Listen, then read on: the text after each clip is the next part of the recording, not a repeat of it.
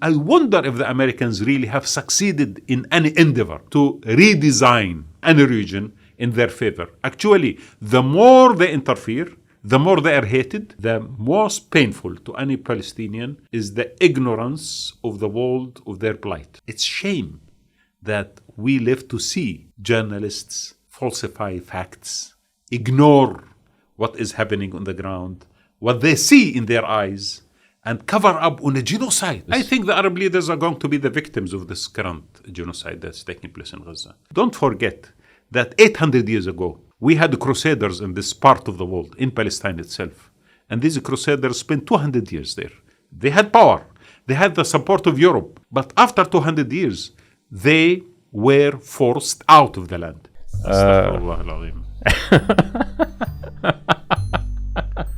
Oh my God. Shut up, Akhi. Why you ask this kind of questions? I mean, should I not ask it? Khalas, you ready? Yes. Okay. Hi, good day and welcome to another episode of Unapologetic. Today with me is Wadah Khanfar. Wadah Khanfar is the Executive Director of Al-Sharq Forum. He's also the former Director General of Al Jazeera. He's a thought leader and very influential thinker. And he's also my previous boss.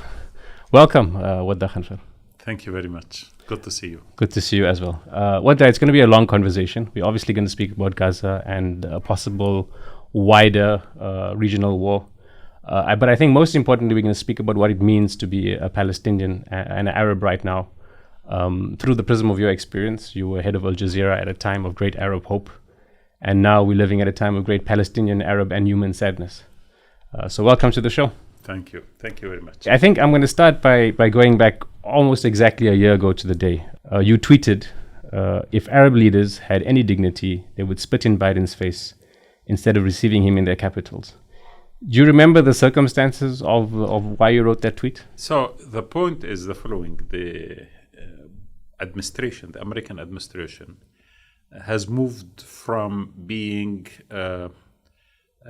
hypocritical in its relationship with our region into becoming, another criminal in participating in a genocide and in physically and from a military point of view, providing intelligence and all the weapons necessary to kill the men, women, and children in Palestine, in Gaza. So the point is, Americans cannot claim, the American administration can never claim to be neutral in this. They are part of it. And they have been actually giving every support and cover, politically and militarily, to the Israelis in order to commit the current genocide. So you cannot just talk to Biden as if he is a leader of a state and basically you are trying to argue with him on issues related to the interests of that state, because I do not see the current genocide and expansion of the war in any way as a good interest for the United States of America.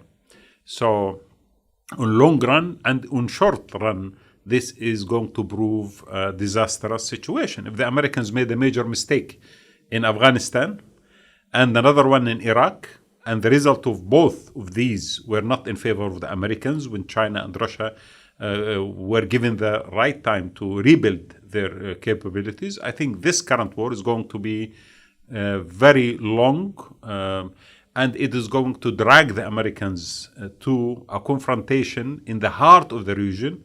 And to a large extent, I could say that this could become an international confrontation and move from being Palestinian. Of course, it is moving already into become a regional one. And then after that, it could become an international one because the balance of power in the world does not allow the Americans to break and remake the Middle East on their image as Netanyahu and as maybe Biden administration believe that they could. I'm just going to remind you of the circumstances of what exactly happened the night that you actually tweeted that.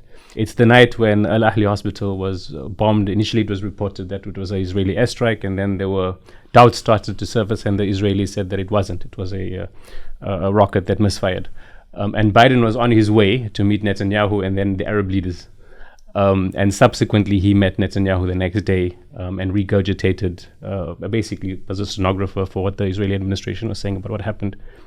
At that time, it was day 10 of Israel's response to what happened on October 7th. 3,000 Palestinians already had been killed, possibly including already more than 1,000 girls, 940 boys, and already 12,500 people were wounded. It's a year from that now.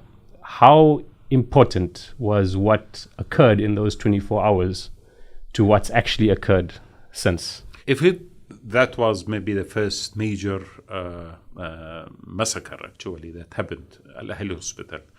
And it was shocking to a lot of people in the world. Since then, we have hundreds of massacres similar to Al-Ahli hospital. You remember Ashfaaq hospital that was destroyed as well. And you remember just a few days ago, the burning of the tents around Al-Aqsa hospital. So basically, it has become a norm that the Israelis kill and burn civilians everywhere, and the Americans don't utter a word about it. It has become a normal thing. Not only the Americans, actually, a lot of Western governments are implicated in supporting this current genocide. So the situation has moved from that moment, which you described as a moment of stress and definitely shock for the entire world who witnessed live the burning of Al-Ahli hospital, into something that has become like normal. We see it as a normal event on a daily basis. People are dying, burned, killed, and the Western centers of power and Western media is dealing with it as a very marginal event and trying to turn a blind eye. Not only that, but sometimes even to justify the killing of civilians and to give the Israelis their own right, because they are trying to defend themselves. I don't understand this word, that the right of Israel to defend itself. I mean, this is a very interesting word to be said when the Israelis themselves are killing tens of thousands of people live in front of our eyes, and then eventually leaders of the West come out and say that the Israelis have the right to defend themselves. So this is why the bitterness, I think, that I personally feel is by far much bigger than the moment that you described when the Al-Ahli hospital issue happened. And I think that is going to turn with time. The relationship between the Arab world and the Islamic world with the West into a major diversion from the traditional law, let us call it confrontation or tension, into something much bigger. I think what the West cannot understand, or Western powers do not understand, they have not learned in their dealing with us in the Middle East, in the Arab world and the Muslim world, that people don't forget. At the moment, you might see no major reaction. But with time, we know that this will sink down and create a major diversion from the track of a relationship. I cover the war in Afghanistan and I cover the war in Iraq. In Afghanistan, the Americans were able in few weeks to actually destroy Taliban and kick them out from Kabul and push them out to the fringes of Afghanistan, to Kandahar and other parts of Afghanistan, and they declared victory. They wanted to remake Afghanistan on a new image, which it doesn't look like Afghanistan or the history of Afghanistan or the heritage of Afghanistan. But in 20 years, they failed. And then Taliban came to power. The same happened in Iraq. They got rid of Saddam in less than a month. I was there when the Americans felt excited and happy to drag the statue of Saddam Hussein and to declare victory and mission accomplished. If you remember the statement of George Bush. But right now, Iraq has never and will never be pro-Western.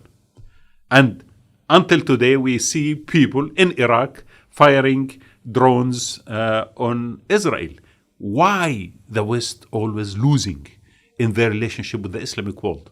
Because they do not understand the Islamic world.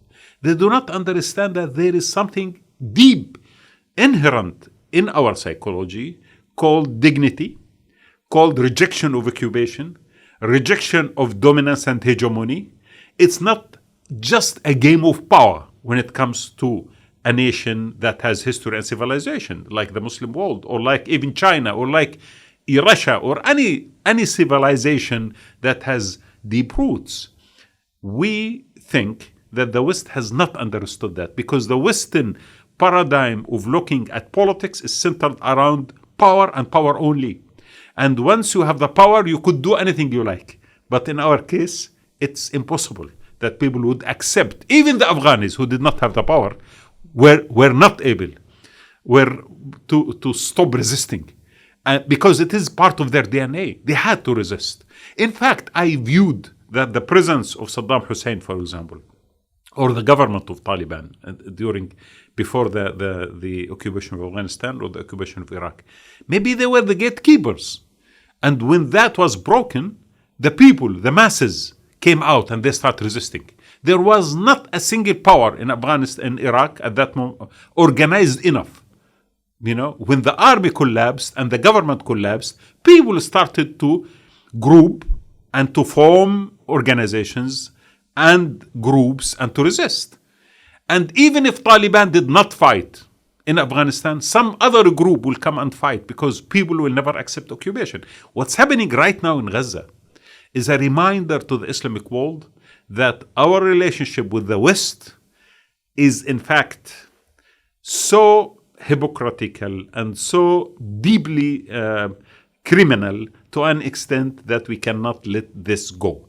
Don't forget that 800 years ago, we had crusaders in this part of the world, in Palestine itself. And these crusaders spent 200 years there. They had power. They had the support of Europe. But after 200 years, they were forced out of the land. They never became part of it. They were never accepted because they had the power.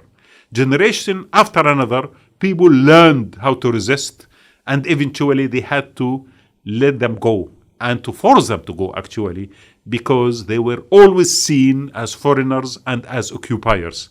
And with time, people never give up on the concept of dignity, on the collective memory that they have, and on their ability to enforce that collective memory in a collective spirit that becomes later on resistance. You mentioned the Arab street will not forget. Subsequent to you tweeting that the Arab leaders did snub Biden, but I mean, they haven't done much since after snubbing him. What do you think drives the way the Arab leaders have responded to this? I think the Arab leaders are going to be the victims of this current genocide that's taking place in Gaza, simply because they have not been able to live up to their responsibilities. Some of them have been actually supportive of the Israelis in a way or another, and that's very dangerous, because on long run, again, their people are going not to forget that. And this will add to the failure of the current Arab regimes, most of them, in even delivering goods to their citizens. So we have economic failures, we have civil wars, we have also lack of legitimacy, because the democratic transformation never been allowed to happen in the Arab world. And now we have this. So if you think about it, the next phase is going to be, people trying to get rid of the current situation that they are living in the Arab world. And the Arab regimes, some of them will pay heavy price for this. People will never forget. This is very sensitive to the people in the region. So the West always deal with leaders. And leaders in our part of the world are obsessed by the concept of preserving their own personal power by staying on their seats. But people have other priorities. And these priorities will be manifested once there is a chance for people to express their opinion and to move from being observers and silently angry into becoming active. And I think that wave of anger might happen. And I think the current genocide is going to be one of the major triggers of that wave. Israel's been provoking Iran from the start. They bombed the embassy in Damascus. They've killed Nasrallah. They've killed Haniya in Tehran. They clearly want to widen the war. Do you think they'll succeed in doing that? Do you think Americans are happy with that? And how will the Arab countries and street react? To be an Israeli at this moment in time, it means Netanyahu and the government, you need to guarantee that Israel is the most powerful country in the region, because you know that you don't have the legitimate historical reasons to convince everyone in the region that you are part of it. And Israel is not behaving as part of the region. They behave as people who are living in the region, rather than becoming part of the fabric and historical presence in this region. Now, Iran has been a threat to that kind of dominance and exclusivity of monopoly over nuclear power. You know, Israel is a nuclear power, and they would love to continue to be like that. So whoever is going in the region to develop military power that might become equal to the Israelis are going to get rid of or going to fight against. So it happened that Iran is trying to build its own nuclear capabilities. The Israelis will never allow that to happen. They are trying to get rid of it, and therefore they will use the current situation in order to trigger a war with Iran, dragging the Americans behind them, given the fact that the Americans are going through the current transformation, which makes them vulnerable in front of the Israeli blackmailing. So, yes, I would assume that in the next few weeks we might see the current war, becoming much more violent, much more regional, and Iran definitely is a target by the Israelis at this moment in time. And some people in the United States of America start saying, since Netanyahu is, between two brackets, succeeding in getting rid of his enemies, like what he did in Lebanon, so why don't we support him to see if we could also get rid of the Iranian threat, what they call it, the Iranian threat, since that could be a good message to the Chinese and to the Russians, since Iran is their ally in the region. And if we do so, this would be a message to everyone else in the region that this region is an American run region, and therefore no one of you should think of China or Russia as an ally, because some of our leaders in the region start talking about China and Russia favorably in the last few years, and that should end if Iran is disciplined enough. And that could become a message to everyone in the region and internationally. So slowly it is moving from becoming a regional war into becoming an international projection of power by the Americans versus the Russians and the Chinese. And that is a very important moment, because definitely the Chinese and the Russians also are watching, and they don't want to see the Americans reinforce their power in the region and confiscate any ability of any other country to have its own allies in the Middle East. So this is why I'm saying slowly we are seeing this conflict becoming an international conflict, given the fact that now the world itself is not stable. We had the war in Ukraine. We have the rising power of China, where the Americans are trying to resist in every way. So we have this now, the situation of Palestine and Lebanon. So slowly we are moving into linking all these kind of issues into a big, grand, major event that could trigger a major confrontation. It sounds like you're saying that until now, Israel has been in the driver's seat, and once Iran enters the fray in a more full way, it's America who's in the driver's seat. Do you think America will succeed? What do you think will be the scale of this war? Do you think Tehran will be bombed? What's your thoughts of how intense it will be? The Americans never succeeded when it comes to these issues. During the last 30 years, since the collapse of since they started seeing themselves as the sole power and the most important power in the world, they have made every mistake in their relationship with the world. First mistake was with Russia itself. When the collapse of the Soviet Union happened, they wanted to break Russia and remake it on their own image, or on a certain image that they wanted to fabricate for Russia. And that didn't work. And then we got Putin, and Putin, as you know, he is not the most friendly to the Western powers. So we should ask ourselves, why did we fail in dealing with Russia? This is number one. Second, Afghanistan, 2001. Again, the same problem. Major failure. 20 years later, Afghanistan goes back to Taliban and the Americans have to withdraw from it. Then 2003, Iraq, the same issue. So I wonder if the Americans really have succeeded in any endeavor to redesign anywhere, design any region in their favor. Actually, the more they interfere, the more they are hated, and the more they trigger authenticity and rejection of dominance from these from this region. Now, if we go to Iran, Iran also is an ancient civilization. Iran has been around for 3,000 years as a major power in the Middle East. You cannot just deal with Iran in the way that you could deal with anyone else, because what you have seen in Russia or Iraq or Afghanistan will be even much bigger than when you go into Iran. You might succeed if you have the overwhelming power to destroy the infrastructure, maybe, or to even destroy the nuclear facilities or the oil facilities, which I doubt that they could do, not because they are, wise, but because they might not, at this moment in time, need the oil price to double or triple, because that will affect directly the American administration, and Trump is going to win in this case. But whatever they are going to do, in long run, that will trigger a fight and the confrontation that the Americans are going to lose in.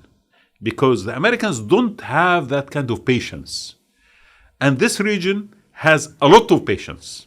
They have been around for thousands of years, and patience and time is plenty, and people will fight generation after another, and the Americans are going to lose, simply. This is what happened in Afghanistan, this is what happened in Iraq, this is what happened in Russia, and in my opinion, it's going to happen in Iran as well. So maybe in a few weeks, they could change everything. But in 10 years, nothing is going to change, and then they're going to be defeated. So this is how the formula has been operating during the last 30 years. Do you think it makes a difference if Trump wins or Kamala Harris wins, or it's the same? It makes a difference if there is a new shift in the American strategy towards this region, which I don't see is going to happen. So Trump is transactional in many issues, not on the issue of Israel in particular, because he explicitly spoke about it as a major issue for him, as a great achievement.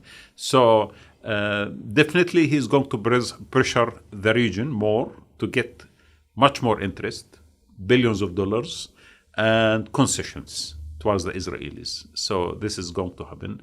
Harris will continue the process which Biden started, and before Biden the Democrats already have, and I think they might continue trying to reshape the region and to change regimes like the Iranian regime and to rebuild something new.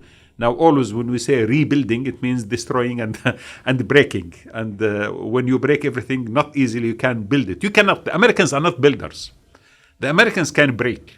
They can destroy. But they cannot build, especially if the society or the community or the civilization they are dealing with is a civilization that is proud of its heritage and culture, a civilization that has its own history and own identity. The Americans cannot understand that. They need something quick. And that quick thing doesn't happen in our region. Our region is so complicated and so entrenched in history to an extent the Americans cannot even start to understand it, beside the fact that they could rebuild it or introduce something. So to answer your question, I don't see any major shift. We will have tactical,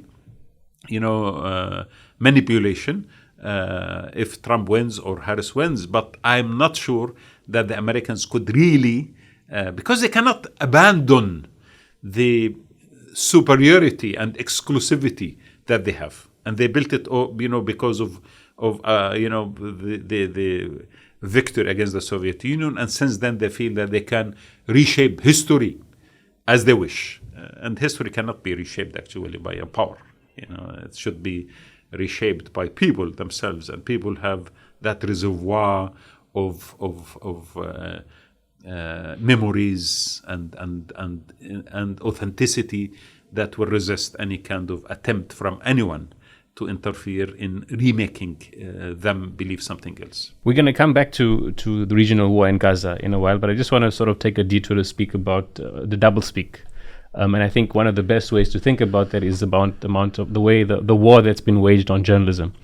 175 journalists at least have been killed in Gaza since this war began. You were in Iraq in 2003 when your colleague Tariq Ayoub was killed. You wrote a letter to Paul Bremer, not in response to that, but to respond to the general harassment that Al Jazeera was going through. What do you remember about that moment back in 2003? So 2003, the Americans came to Iraq, of course, under the banner of freeing the country from a dictator and introducing democracy. And the first thing they did, of course, is to attack Al Jazeera headquarters and to kill our colleague Tariq Ayoub and to injure some other colleagues as well. At that moment, I was in reporting from northern Iraq, from Erbil and Mosul. And of course, the incident was extremely horrifying because not only they killed Tariq Ayoub in a deliberate attack against our offices in Iraq, they also denied it totally. And that was, we are used now, by now we are used to that. They have done that, by the way, 2001 in Afghanistan. They also bombed Al Jazeera office in Afghanistan in 2001. So the Americans, like many Arab dictators also after that, they wanted to silence Al Jazeera when they are trying to make to commit major crime against people. And that's what happened that day in Iraq.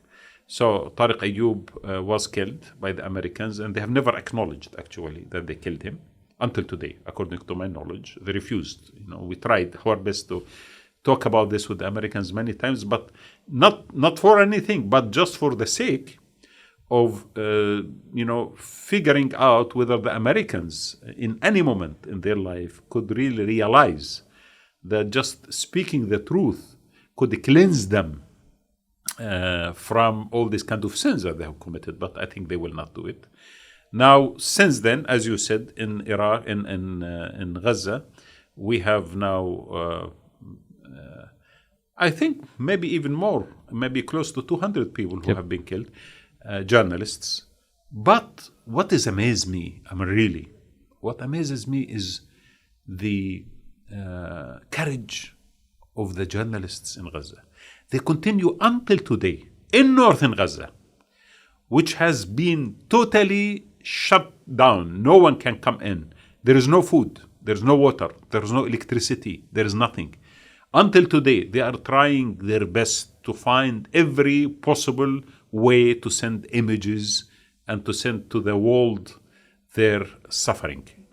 Journalists of Gaza are the true heroes of journalism. I don't think that we could compare this to what we did in Iraq or Afghanistan as journalists.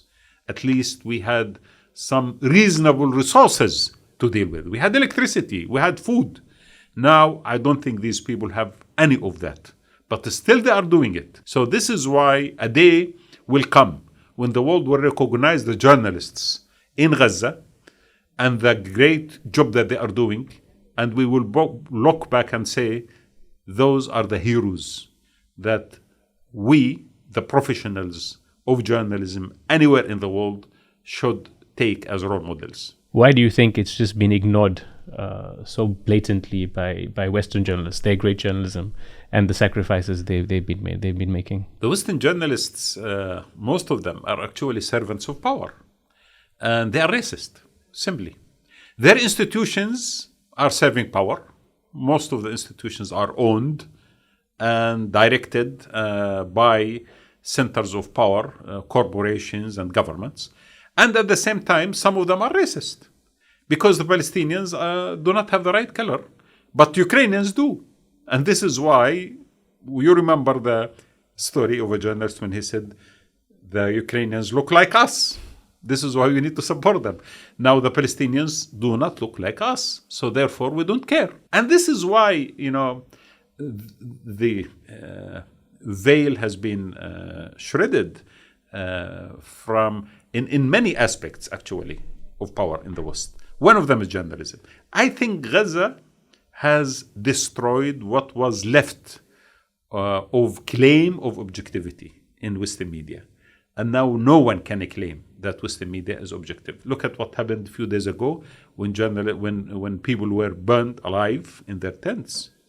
And the reporting is about 23 Palestinians die. Who killed them? We don't know. And why they were killed, we don't know. And that kind of journalism is not journalism. It is a conspiracy against consciousness. It is a betrayal of the great tradition of journalism. Unfortunately, the West had great tradition of journalism.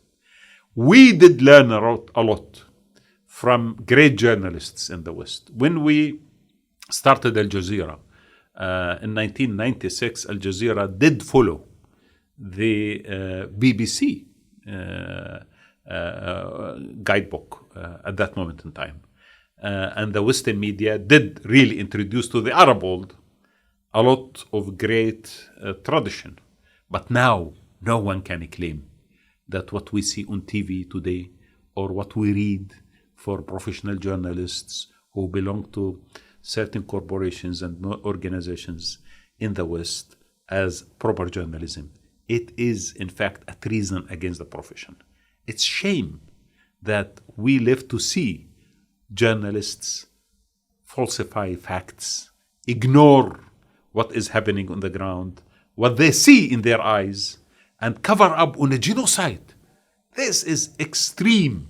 We have never thought about it. It happened one day, for example, a genocide, if you remember, in Bosnia, Srebrenica, when the war, when that place was attacked, and everyone, was trying to do something about it. But now we see it and we turn a blind eye. We don't even report it, as if it doesn't happen. Of course it does, because majority of the people see it. And there's a huge amount of people in the West, all over the world as well, are watching through social media what is happening. They're seeing the images. So who are we deceiving? We are deceiving ourselves. Who are we destroying? Destroying our own professional standards. But definitely this will trigger a counter reaction from the public. And I think the public are much more aware today of what's happening in Palestine than any other moment in the history of the Palestinian issue. And the fact that journalists are betraying their cause of revealing the truth is not really making a huge change, because people are turning away from that particular brand of journalism into something new, and the truth is going to be revealed and is revealed to everyone all over the world. When you left Al Jazeera, it was September 2011. It was 9 months after Mubarak had been removed from power. There was a lot of hope at that time in the Arab world. It was before the rollback of the Arab Spring had really started beginning. The civil wars had not yet really begun. It's now been 14 years or 13 years. Can you go back in time and remember what your thoughts were when you left Al Jazeera on what will likely happen in your region? So the Arab Spring was the last chance for our region to do the transformation in a peaceful way. It was the future. And that was assassinated and destroyed by regional powers and, of course, with the complacency of international powers, especially the Americans and the Western powers, because they thought, again, as usual, that this particular moment might bring some people who do not like us or we do not like them. And therefore, we should stop it. Now, I do trust the process, that always the process will correct itself. So in 2011 and 2012 and 13, the Arab world was open to elect certain people to power. The West did not like the Islamists in particular. So if we in the region continue that track, I think the democratic process would have corrected itself. And if the Islamists fail to deliver, someone else will come. Now, the narrative was, no one is going to come, and the Islamists are going to hijack the process, so we rather destroy them. What was the result of it? The result of it, civil wars, total destruction, rise of extremism, and rejection of Western values. So basically, again, another failure, So the fact, which is very clear to me, that Western powers, of course, with regional powers, and regional powers, as you know, they are totally inclined towards embracing the Western powers and following their model. They do not trust people. Our region has, for 100 years right now, gone through a century of humiliation from the First World War. And the people were not allowed to not only express themselves, they're not allowed to express themselves or even to imagine a different paradigm of governance. We were always dealt with as, second class, not even second class, even lower than that. And the West should give us the recipe of how to manage ourselves, how to govern, how to behave, how to think, what kind of ideology we should embrace, and what kind of terminology, what kind of religion. So you are a good Muslim and a bad Muslim, a moderate Muslim and a radical Muslim. So everything was orchestrated as such.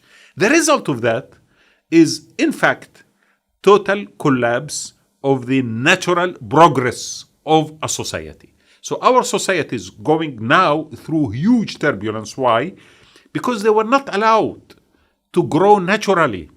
Always there is foreign intervention supported by proxies and by puppets in the region who did serve the Western interest in the region. So 100 years of total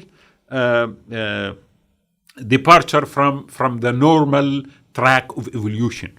So this is why the Arab world at this moment in time is going through the current situation that we are in. Now, the Arab Spring was a great opportunity to correct that if it was given the time. But it was not given the time. And again, we came back to much worse version of ourselves. And that led to the current reality we are in. And therefore, you can easily forecast that the future is not going to be much better.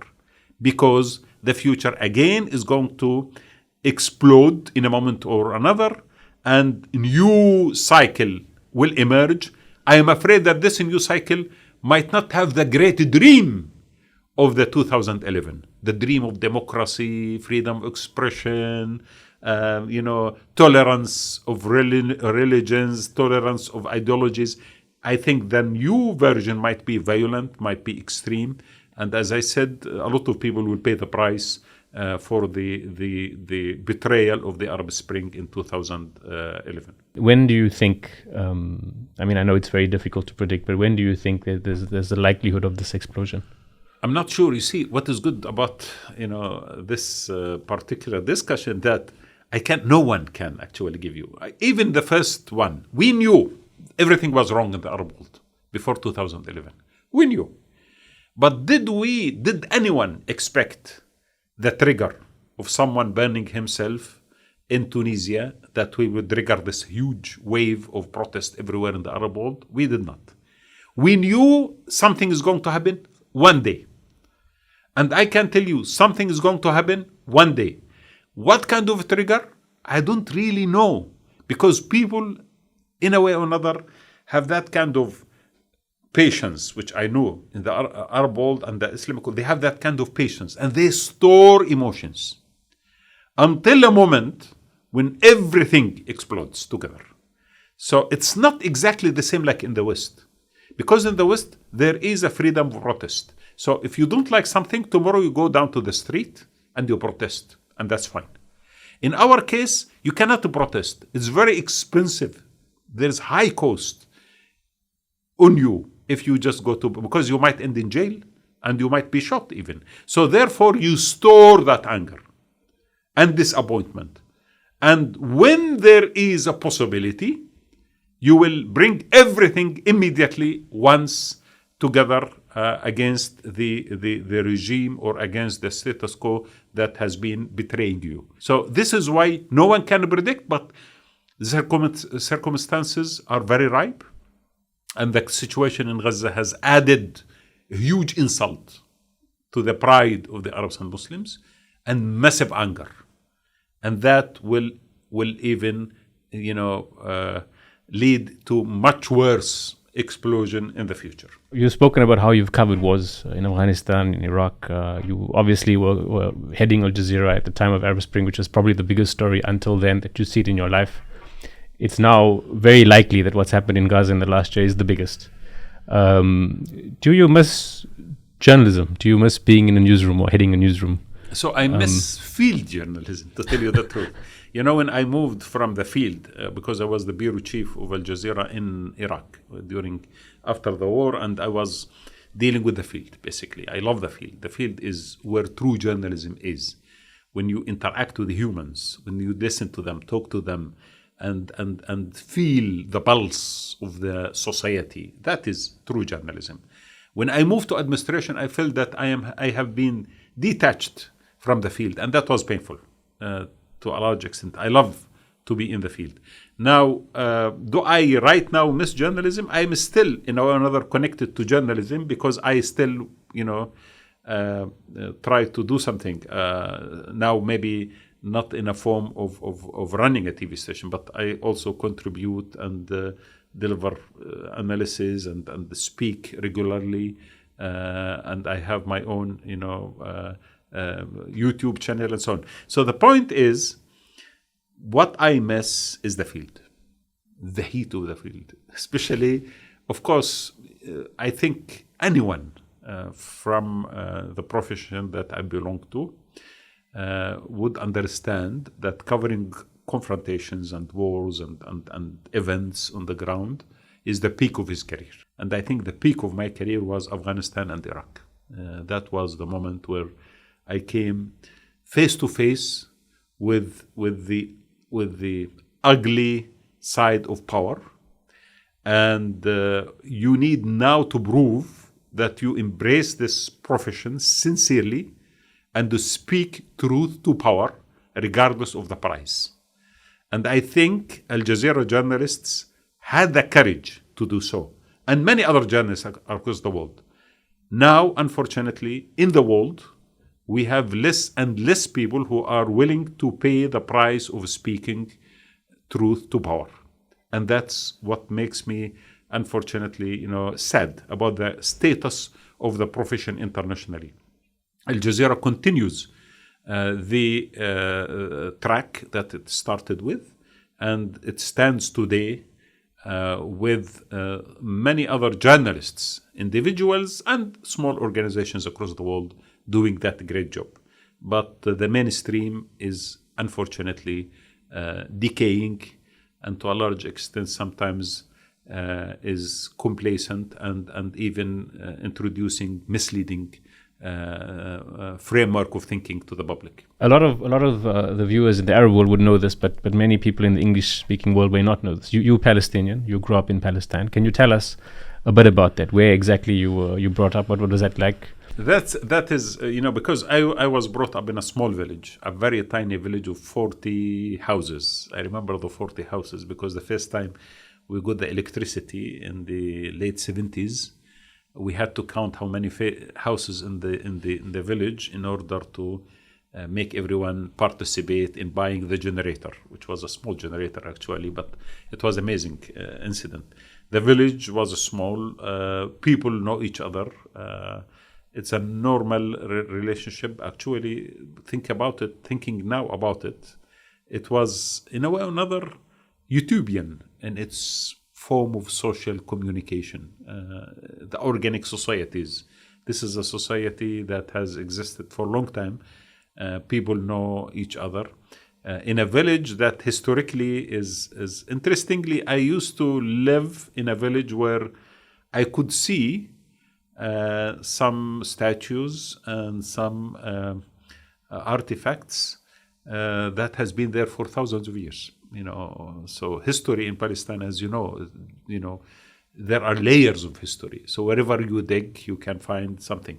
So that kind of attachment to the society and to the land, in my opinion, is inherent in every Palestinian who lived in West Bank. I did, and of course in Gaza or anywhere in Palestine in general, because as again, Palestine is the land where civilizations, any civilization that ruled the Middle East, had to control that land for the last 6,000 years, and from the ancient Egyptians to the Babylonians to ancient Persians and Romans and Byzantines, they had to be there because it is the passage between two major continents, Asia and Africa. So during this movement of and flux of history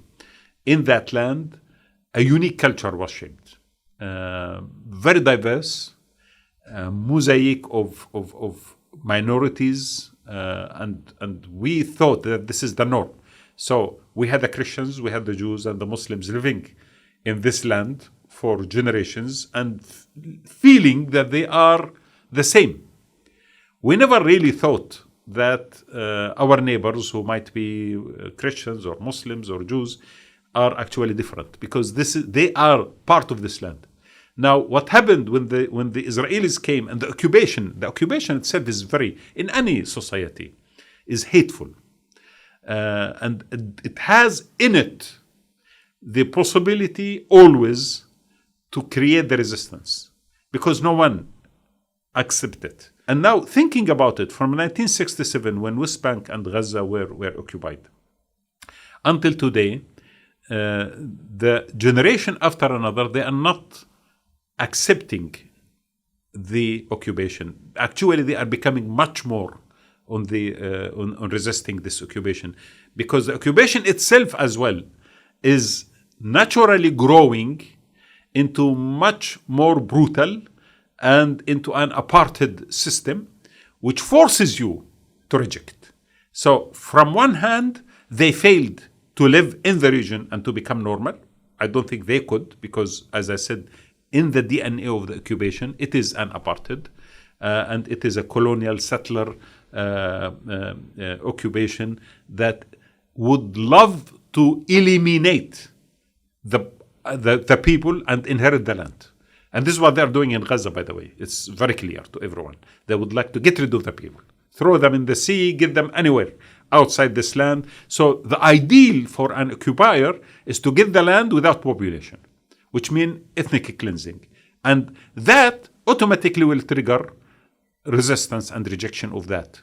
And that will lead into the cycle that we are seeing today, and we'll continue to see as long as there is occupation in that land. You touched on this a bit, but when you were growing up as a teenager in the 70s, how much did the memory of the Nakba sort of loom on you, and the memory of 67? And did you think, when you were a teenager, what did you think the status quo would be, when you became a older person?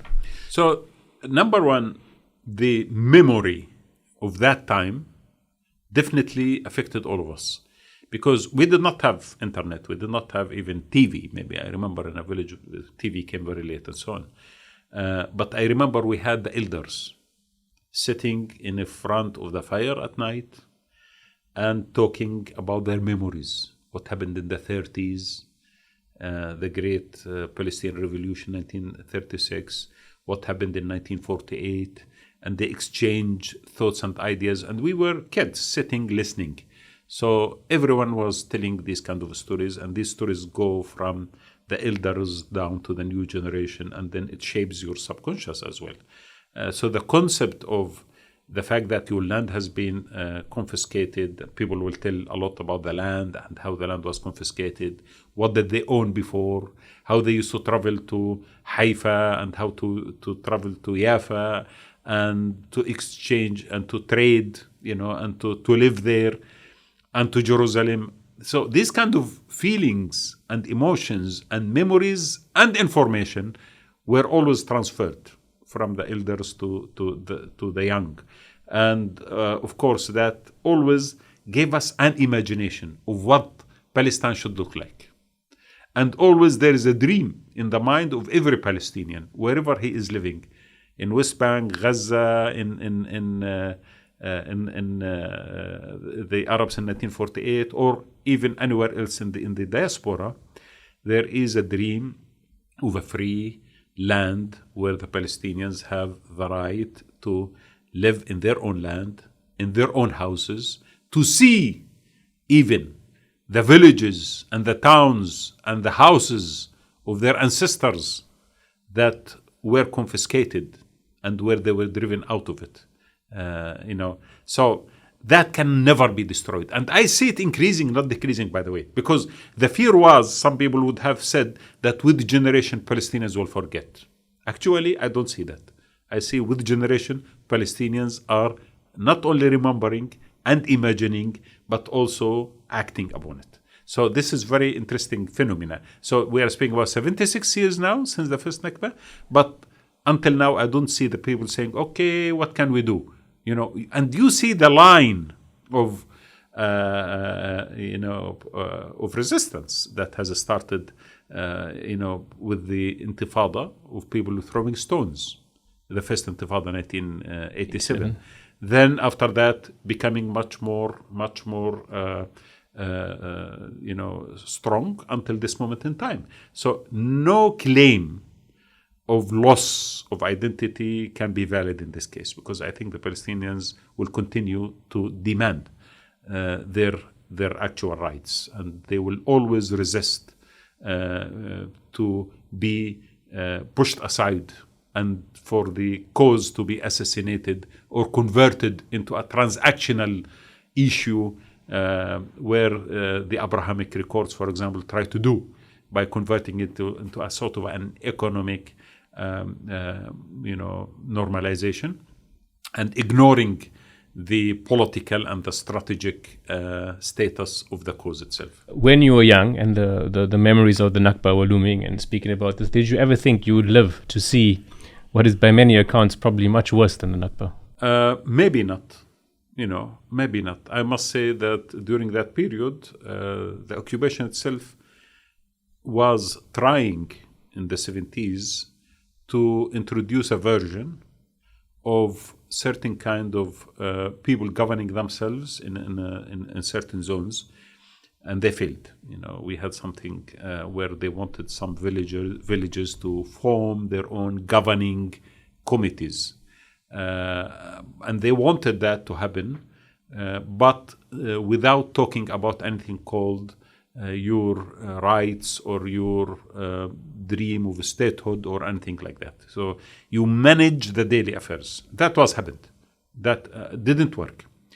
So now, in my opinion, with time, as I said, the occupation changed, becoming much more brutal, less wise. The society, the Israeli society, changed as well itself, because we have much more extremism right now than any other moment during the last 76 years. So we have people who, from the right-wing religious Zionism, becoming mainstream in the army and mainstream in the decision-making in the government. So the terminology changed. The explicit genocidal language has become normal in the terminology. The attacks of settlers in West Bank against villages, burning people's houses and cars and destroying and killing and shooting them, this becoming a norm in West Bank. So the occupation has changed. And with it, people as well has changed. The Palestinians, they have started to become much more resilient and much more creative of finding every single mean in order to resist being uprooted or thrown away from their land. What's happening in Gaza now? How does it end? And what does an end even look like? I wouldn't say that it's going to end soon. It doesn't look to me like it's going to end. I think the Israelis have gone beyond certain calculations, which everyone thought. Maybe at the beginning, the Israelis said we are going to get rid of Hamas, uproot Hamas, and but it doesn't look like they are succeeding in doing that in Gaza. But also at the same time, they have expanded now their strategic goals into disarming Hezbollah in Lebanon, and at the same time trying to maybe destroy the Iranian capabilities. So slowly they are moving out of the first initial strategic goal. And I think as they have failed in Gaza, they have succeeded in Gaza in killing civilians, no doubt about it, destroying the country, destroying every university, destroying about 500 schools, destroying mosques and churches and hospitals and every facility that humans could actually use to have a normal life. They have done that, definitely. And that's not difficult to do. But they could not destroy the will of the people. And they could not destroy as well the resistance. And at the same time, they are doing the same in Lebanon. They have killed the leadership of Hezbollah. And I don't think that they will achieve their target because, again, the rules will change once they start the incursion inside the occupation of the land in Lebanon. And that might happen in Syria as well, which might happen in Syria. And if it happens in Lebanon, in Syria and Lebanon, it means it will open up to another phase. Because again, guerrilla warfare and attrition war could start. And that will take years. It's not something, you could start a war, but you cannot easily end this war.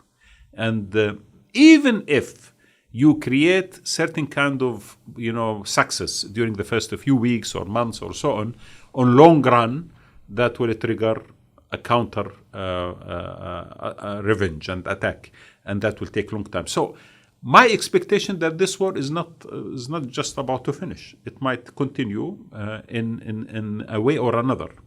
And I think the Israelis started something they cannot end easily unless there is a major shift in the current balance of power in the region, which I don't see it's about to happen right now. You recently published a book about the Prophet Muhammad from a political and strategic point of view. Published in Arabic a few years ago, but the English version has just been published. What inspired you to write the book? When I was a journalist, I'm still a journalist, but when I was actually covering the field, I felt to what extent the model of the Prophet Muhammad, peace be upon him, to what extent people are affected by his life, by his example. And I felt there is part of his life, which is the political and the strategic one, is not sufficiently studied. And a lot of people quote a lot of politicians, political groups and politicians quote the Prophet and quote and remember certain kind of incidents and accidents and things that happened in his life, and maybe they misunderstand it, misplace it, and misinterpret it, and that might lead as well to certain kind of mistakes in their policies and strategies. So I thought, why not studying the life of the Prophet, especially the 13 years or the time of him when he decided to leave Mecca into Medina, and what kind of model he introduced, what kind of thinking, what kind of principles he followed in understanding the world. How did he understand the Romans, the Persians, the international war that was taking place at that moment in time between the two major powers? How did he understand the Abyssinians? How did he understand the regional balance of power? How did he react to it? How did he make alliances? How did he fight? How did he make peaceful transition in certain locations? Why he are not there? So I wanted to study that.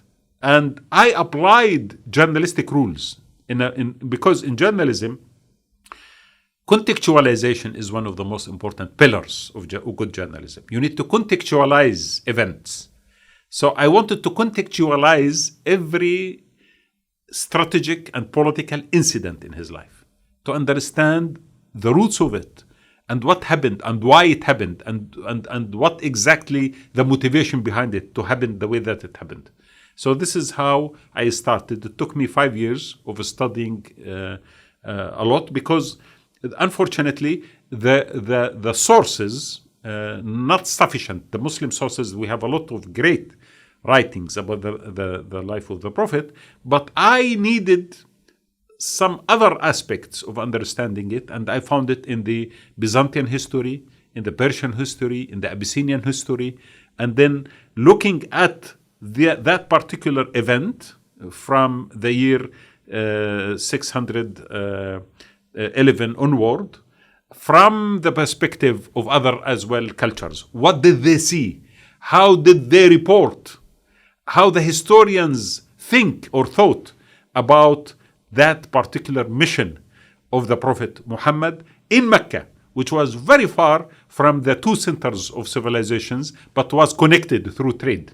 And very soon, it's going to create the biggest geopolitical shift in human history.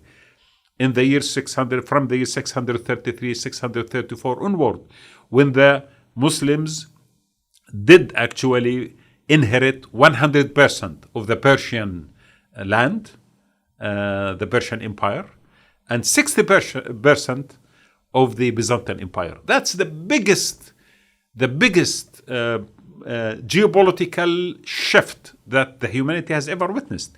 Two major empires suddenly inherited by a third power that was not present until 10, 15 years ago. It was an amazing story. It was a great surprise, actually, in history. So I wanted to understand why that surprise, between two brackets, happened to these two empires. What was happening in Persia? What was happening in Constantinople? And how did they view the Arabs? How did they view the early Muslims at that time? And this is how the book came about. If you could imagine the Prophet Muhammad, peace be upon him, now being an Arab leader with the current challenges and contexts that exist, what do you think would be his course of action? So let us say, what was the mandate of the Prophet? First, he is a prophet, by the way. So he's not a political leader, he's not a strategist only in a way. He did act on politics and the strategy, but he was initially and most importantly a prophet, and the prophet mandate came from God. So God told him at the first days of revelation that you are a prophet to the mankind. So you are not a prophet to the Arabs. That's very important in his mindset. So basically, the international aspect of his mission was very clear, and it was sent to him from God himself. The second one, that you are a prophet of mercy. You have not been sent, but a mercy to the humanity and to the worlds. And these are the two major aspects. So in him, you would see over years to come how these two concepts were implemented. So he is a prophet to every race, every culture, everyone in the world, and that should be done with mercy. So this is why I wanted to study, because he was trying to follow these kind of two concepts in every aspect of his life. Now, what he did, which was interesting, and this is unique in our Islamic history, when he moved into Medina, he established a community, and this community started to practice power, basically. But that community was called an ummah. It was not called a state. And he did not identify himself as a king or emperor or a state leader. He is a prophet who is guiding an ummah. And this concept of ummah, which is sometimes translated into a word nation, which I don't see a major similarity between both of them, this concept of ummah created a new form of thinking, because this ummah did not include Muslims only. It did include all those who are living within the territory of that ummah. And in this case, in Medina, it included also Jews. It included as well people who were following tribal religions. But the concept of ummah created the peace within the land. And that concept was later on projected through the concept of conquest. Because the concept of a conquest is not an occupation. When Muslims went to Iraq and to Persia, or to Sham, to Syria, and then after that to Northern Africa, they did not come to rule. And in fact, most of these territories continue to believe in the same religion that they had before, like Christianity, for example, in Iraq and in Egypt and most of Syria, for more than 150, 200 years after the conquest of Islam to that land. It means people continue to practice the same culture, the same religion. No one forced them to embrace something, but they were given the power as well to rule. And most of the rulers at that time understood their role not to enforce religious doctrine on anyone, but to actually allow everyone to embrace whatever religion he would like to do. And this is why I found that the concept of ummah expanded later on to also include those people who have also these kind of religions. So the Christians of Syria or the Christians of Iraq or the Christians of Egypt were part of the ummah.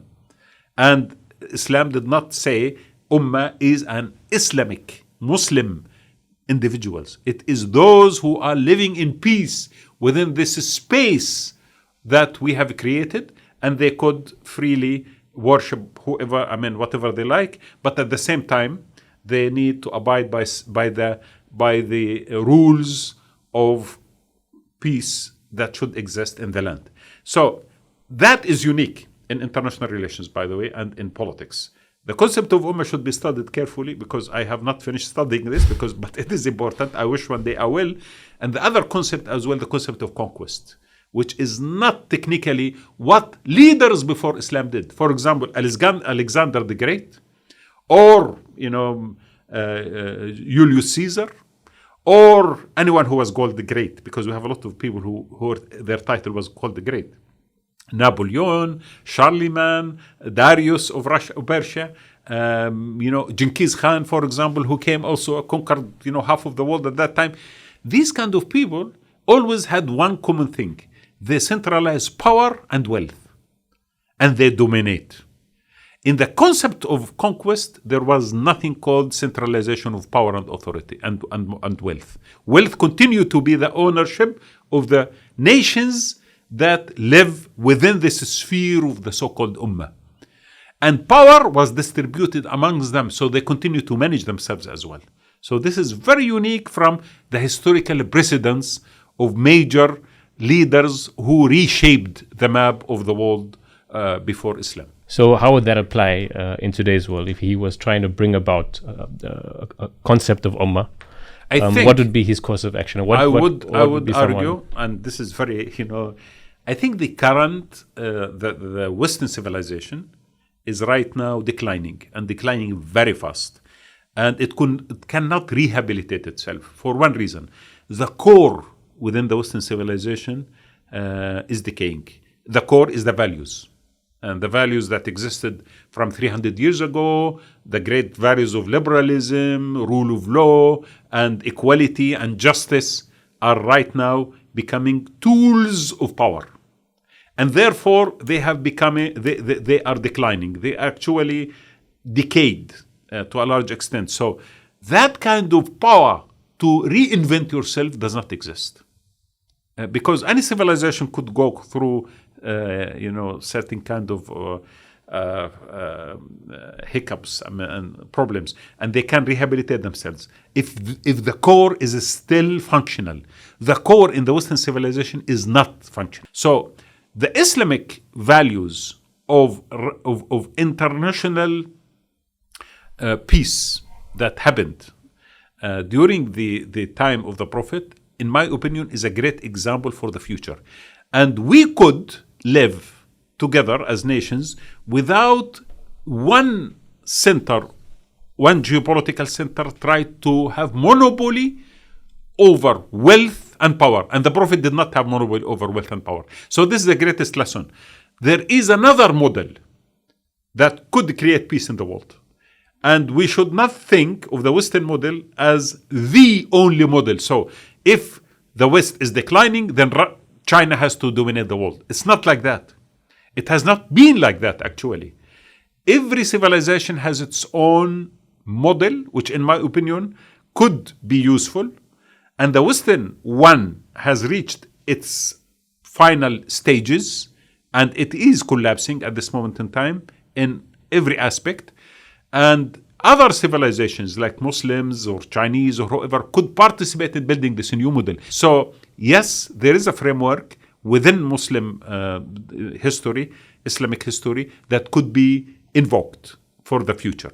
And I think if the Prophet was alive, he would introduce that as he did in the past, by allowing people the freedom and by also freeing people from the hegemony of centers of power who try to reshape them in their own image, and not even in their own image, because, as you know, the Romans always, they thought of themselves above everyone. So when you say, I am Roman, it means I am superior to you because you are barbarian. This is the other, the other side of the coin. I am Roman, I'm civilized. You are barbarian. This reminds you of what the Americans are doing now and a lot of Western powers are doing. So they are following the Roman example. But the Muslim example never said, I am Muslim, therefore I am much better than you. I am your brother, and both of us are equal. Even if you are not a Muslim, all of us, we share the same land, and we have the same right, and we could live together, and we develop something new. This is why when the West understood modernity to be their own exclusive export to every civilization in the world, they made a huge mistake. Because every civilization has its own modernity, has its own DNA, cultural DNA and civilizational DNA, and has its own imagination, and that could be a positive thing until you provoke it and try to break it and remake it, and then it turns to become violent one, and then we have these kind of wars that we see everywhere. What do you think is now a realistic path to Palestinian liberation? Do you think it's linked to liberation of Arab peoples, getting rid of their regimes? Do you think it's independent of that? Or just to what extent is it linked? Just what do you think is a realistic path towards liberation? History is not linear.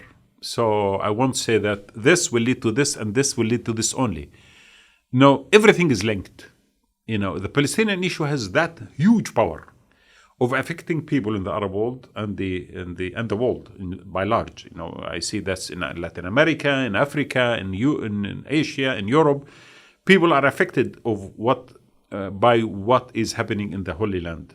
It is Holy Land to a large extent. This is why any event there is automatically becomes international event.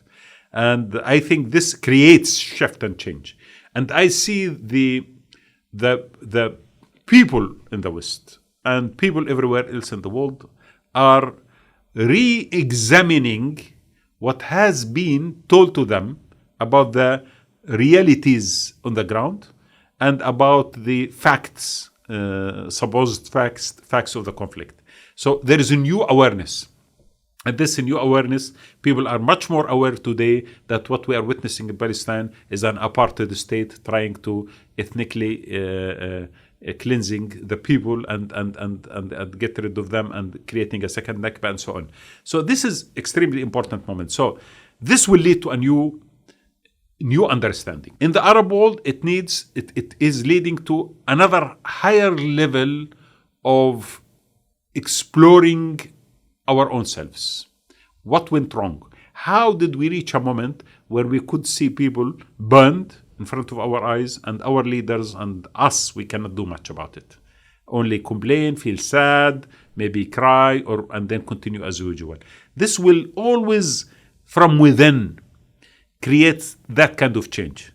And then everyone is going to reach certain kind of conclusion about this. Some people will try to change their immediate reality in their nation states. Some people will try to connect with each other and form a new awareness, a new trends of thought, new ideologies, a new attempt to re-examine what went wrong. So this will lead into an avalanche of initiatives and projects, and this will change the reality. So the reality is not going to change because one particular event leading to another particular event.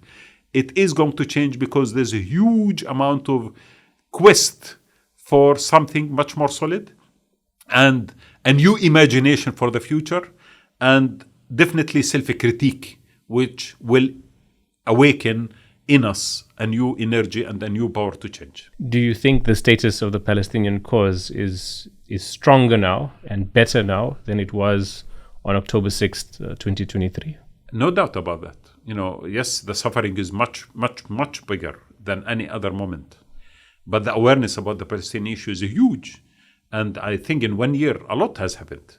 Now, would you have imagined that the Israelis are accused in front of the International Court of Justice of genocide and accused in the International Criminal Court, and they are going against every law that humanity has understood to be sacred when it comes to the war and ethnic cleansing. And beside that, people are now clearly see how they behave. The United Nations forces have been hit in southern Lebanon repeatedly.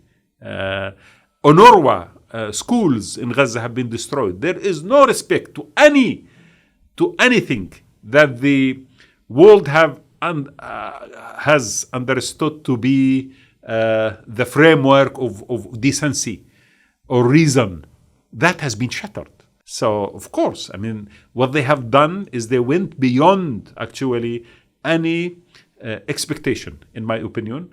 And what's happening right now will definitely reshape the way that everyone is looking at Israel from now on. And at this particular genocide in particular is going to trigger with time more and more images, because still we remember what happened 800 years when the Crusaders came into Jerusalem and killed 70,000 people. People still remember it.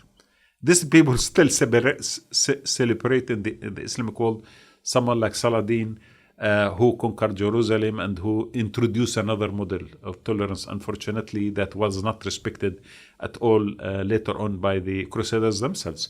But the issue is, history will never be lost. And now, this particular incident will never be lost as well. Although, when we are talking about the Crusaders 800 years, we did not see the images. We have just read certain texts here and there. Now, we have seen it. We have heard what's happening and seen what is happening, and that will not easily be removed from our memories or from the memories of generations to come. We're almost coming full circle to your initial tweet, which was about Arab leaders spitting in the face of Biden. If you could sit with Biden in his Oval Office, what would you tell him? I think... I hope I'm not going to sit with him anytime, because really it's going to be difficult for me, because I have given up, to tell you the truth, on what the Western leaders could do to us. I think deep down they know that they are committing crimes. They are supporting a genocide. They are part of it. I think they know it. So I don't see any point of talking to them, to tell you the truth. I think they are following their own very narrow interest. Their legacy is going to be extremely dirty, and history is not going to be merciful to them. With time, we will remember them as those who have not only accepted actually a genocide, they are actually committed a genocide by providing the weapons to the Israelis. So I don't think that I will really have that kind of meeting. And if I do, I will just say one word: shame on you. Shame on you, Don't you think that history is going to frame you as a person who have been participating in a genocide? And to what extent? You are a very old man. You should have thought about it, Eventually, when we remember leaders, we remember the final episode more than any other episode before that. And this final episode is very rotten and very dirty and very shame on someone to conclude his life with this kind of behavior. The last question, how have you managed to process everything that is ongoing and that has happened in the last year? By contextualizing, what I'm trying to do at this moment in time, and I think everyone should do, because you could go insane, watching what you watch on on the screen, it's horrible, and the pain that the people of Gaza are going is immense, unimaginable. People, they don't have the food in North Gaza now. The Israelis have totally, actually blocked that part of the country.